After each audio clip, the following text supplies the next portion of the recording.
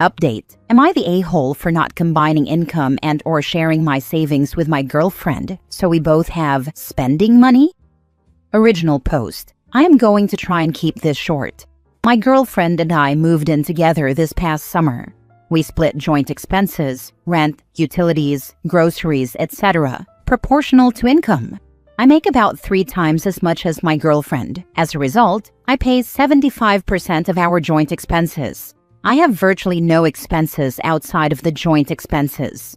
My girlfriend, however, has a lot. She has a car payment, student loan payments, health insurance premiums, medical debt, personal credit card debt, etc. At the end of the month, she does not have very much money left over. I have a fair bit left over at the end of the month, but most of it I save. I do have a fun money account to treat myself to nice things every once in a while. About a month ago, my girlfriend approached me about the idea of combining income so we each have money at the end of the month to save and or do fun things. I flatly refused this request. I think splitting joint expenses proportional to income is the fair model for an unmarried couple like us living together, and that is what we do. Over Halloween weekend, my girlfriend's sister and her fiancé are having their bachelorette and bachelor parties, respectively.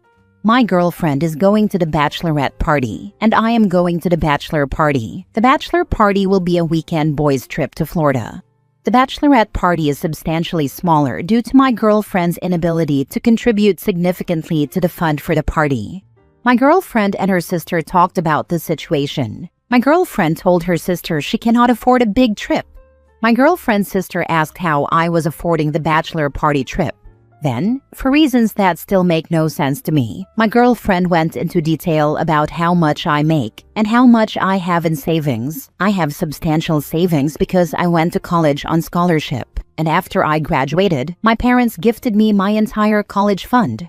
My girlfriend's sister has convinced my girlfriend that I am selfish with money, even though I cover 75% of joint expenses and 100% of our going out activities when we do go out.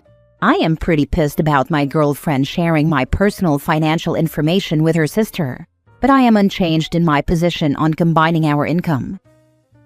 Now for the top comments before reading the update. No, I'm saying this as a woman. Do not join finances with her.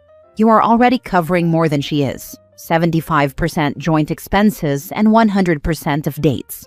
She's out of line asking for more and babbling to her sister. She needs to budget better, get a part-time job or something if she wants additional money. Not the a-hole, but she definitely is.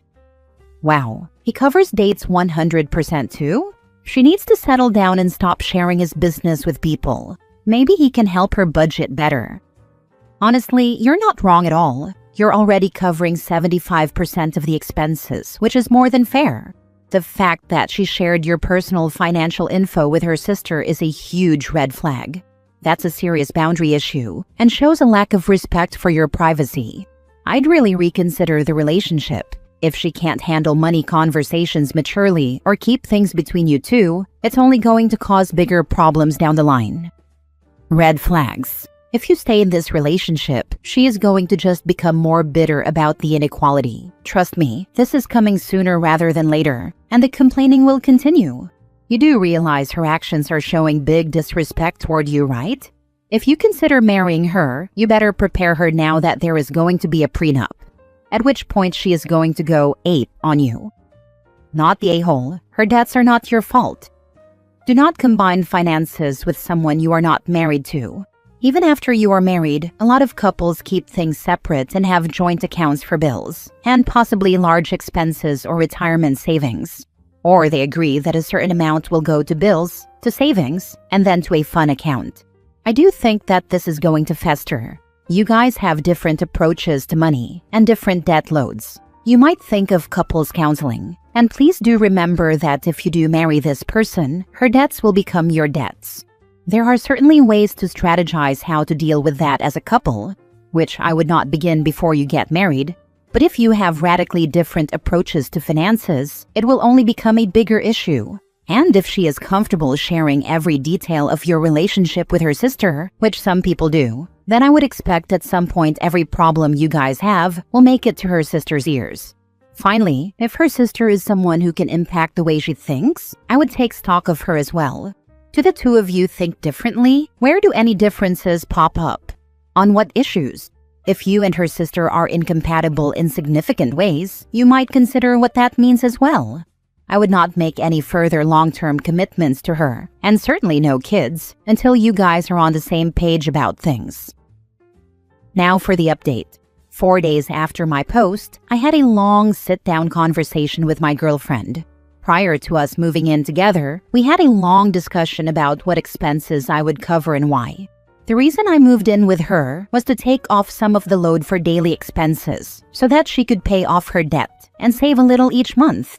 Prior to us moving in together, she was going into debt each month just to cover her expenses. I wanted to help her out, but I also wanted to continue saving a substantial amount of money each month toward buying a house. We talked about all this again. I thought we were on the same page. I asked my girlfriend if something had changed. She told me no. She simply is not happy with this arrangement. She has friends who have been dating a shorter amount of time than us, but they share money more readily than we do. That is what she wants. I told her I am not okay with that arrangement, and if that is what she wants, we should probably break up so she can find that. She agreed. Shortly after that discussion, I reached out to the landlord to try and see if we could negotiate an early termination of the lease for both of us. I am still discussing it with him. My ex is looking for a new place for herself and is having a hard time. She came to me and asked if we could try and work on our relationship. I told her no, and that she will resent me because this is not what she wants. She asked if I could help her out for a few months with rent on a new place. I told her no. She is pretty mad about all of it, but this is where we are. What exactly did she bring to the relationship? Apart from debt? Audacity. She decided to try to fleece you, rather than let you support her for the bigger picture and bit the hand that fed her. My guess is that, if she asked for a little bit monthly for debt reduction, you might have agreed.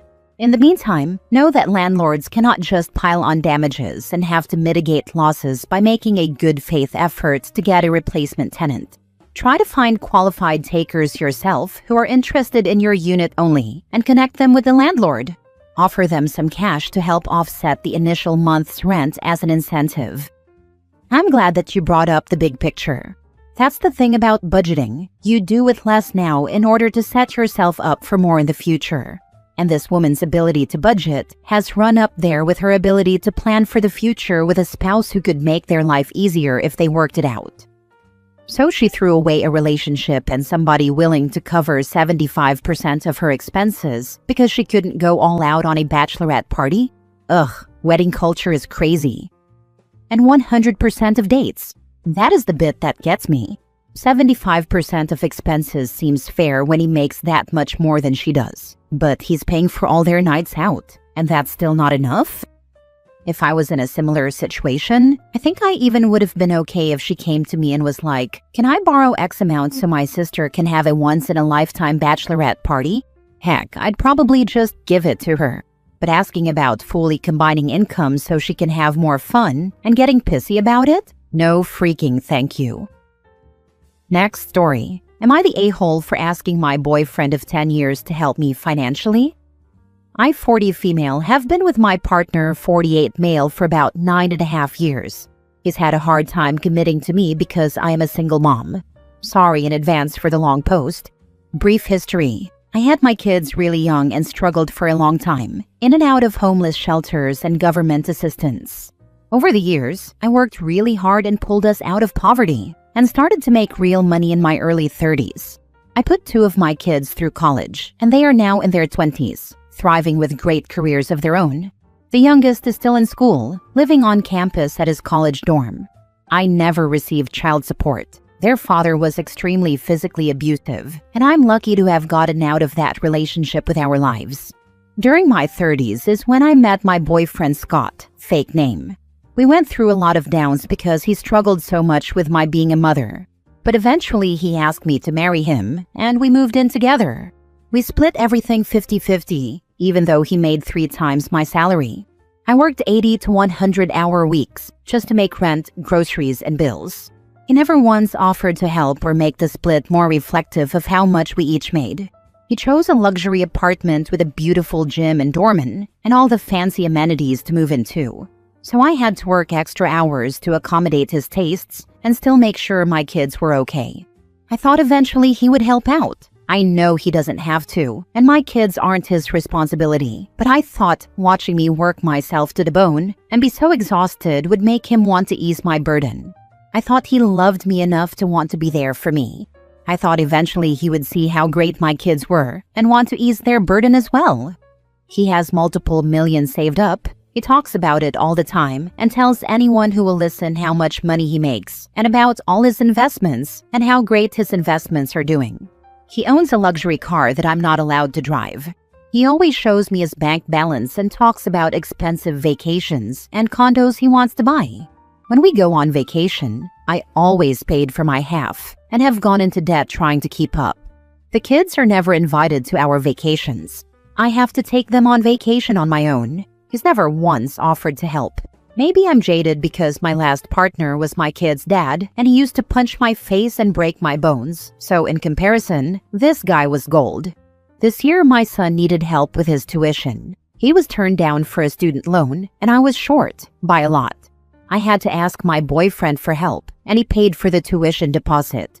But he made sure I knew this would be a loan, and I was expected to pay him back. He even gave me a timeline of when I should pay him back, and when I couldn't, he made me take a loan out to pay him back. So Reddit, am I wrong for expecting more? Is it normal for a man with this level of wealth to treat his partner of 10 years this way? I feel like I'm with a millionaire, but I am still living in poverty. I want to break up with him. At this point, I feel like I'm doing it all on my own, and he has actually become more of a burden with his demands and his needs. I do everything for him, from cooking to sex to massages because he loves having his back touched, to forging friendships with his family and friends and keeping up with it all, while he only works 8 days a month and sleeps until noon. I'm at work by 7 a.m. every morning. Am I wrong to expect more? Sorry if this post is all over the place. Edit. I forgot to add, he told me I'm an a-hole for expecting any man to ever want to take responsibility for my adult children. He told me I'm the a-hole for even wanting to help them when they're in their 20s. But I think they are still so young and fresh in their careers, and my wanting to help them out isn't bad. It feels natural to me, but he says it's taking away from what I should be building with him. He wants me to use my money to buy a luxury house with him. When I mentioned that I don't want to buy a house and that I want to spend my money helping the kids until they're ready to be completely on their own, he called me an idiot. Just because he isn't punching you in the face doesn't mean he's a good partner. Demand better for yourself. Absolutely. He is content to let OP live in poverty to keep up with his demands. He purposely chose an expensive apartment and luxury vacations. In fact, I might even suggest he is financially abusing you by keeping you in poverty and showing you how well off he is to keep you down. If you're too broke to leave him, then he can treat you like a bang-maid to his heart's desire. You would be financially and mentally better off living by yourself than with this selfish man. Also, for any future relationship, don't waste time on a man who dismisses your kids. He may not want to help support them as adults, but a good man will support you in being the best mother you can be. The red flags are warnings, not a parade in your honor. Yeet this man yesterday. Red flag was the first sentence. 10 years and he won't commit? That's a commitment right there. He's a tool. You never should have agreed to move into an apartment that was beyond your means. A 50-50 split of expenses is only acceptable when the expenses entered into are based on the budget of the lower earning partner. Otherwise, the expenses should be split based on income. Your partner is extremely selfish, not completely with the money side of things, but that combined with everything else makes him not a catch at all. If you want to break up and get your own place based on a more realistic budget, then by all means do so. In the end, you will be much happier. This right here. Agreeing to move in somewhere she couldn't afford was a huge mistake. She'd be better off struggling alone than continuing to be a bang-maid for a tight-fisted millionaire who has no problem watching her work and spend herself into the ground like this. He chose the luxury unit. He should be covering a majority of that expense. Edit/update. I always see people write this, and I never thought I would be saying it myself. But I'm so surprised at how many responses my post received. Thank you all so much for your thoughts and for sharing advice, articles, and comments. I really appreciate it. It makes me feel like I'm not crazy, and I definitely feel much less alone. I never knew what financial abuse was. I actually thought it was describing actual gold diggers like Anna Nicole Smith. I wanted to take the time to expand on some things I think I may have written in a confusing way. 1. I work 80 to 100-hour weeks often, but not always. This includes all 7 days of the week. I am in a very demanding and constantly changing industry, so that number of hours is quite common among my peers. 2. We are not married. He gave me a ring a few years ago, but he was never really crazy about the idea of marrying me. So I call him my boyfriend since there are no wedding plans and I've had the ring for over 3 years now. 3. I have 3 children. 2 have graduated college and have found great jobs in the careers they studied for. The oldest lives on his own, and the middle one is still living at home because he joined a startup and is still saving to be able to afford to move out. We live in the most expensive city in the country, possibly the world, and living expenses can take a severe toll on young fledglings in his industry. So yes, I help him. It's the best place for him to live to have opportunities in the career he is striving for. He wouldn't be able to work or find jobs in a smaller or more remote place. 4. Scott goes on vacation without me if I can't afford it. Just a few years ago, he went to the Maldives with friends and left me sitting in a hospital bed with COVID because he already booked it and it's too late now to cancel, and he would have lost all his deposits. 5. I'm not sure why I stayed. I was deeply in love with him, and with everything going on with work and kids, I have had a very limited amount of time to be alone, without him, to reflect on what my needs are in the relationship. I also wanted my kids to know what it felt like to live in a really nice place. I just wanted them to taste a little bit of the good life because I was never able to give it to them growing up. It was short-sighted and came at a huge cost to me, both emotionally and physically. Now I see that. I really believed he would be better, less selfish. He always promised he would be when I pushed back. Thank you all again for all your comments and advice. It has been eye-opening, and I will carry your thoughts with me during this next chapter of my life, which is leaving him and finding happiness on my own.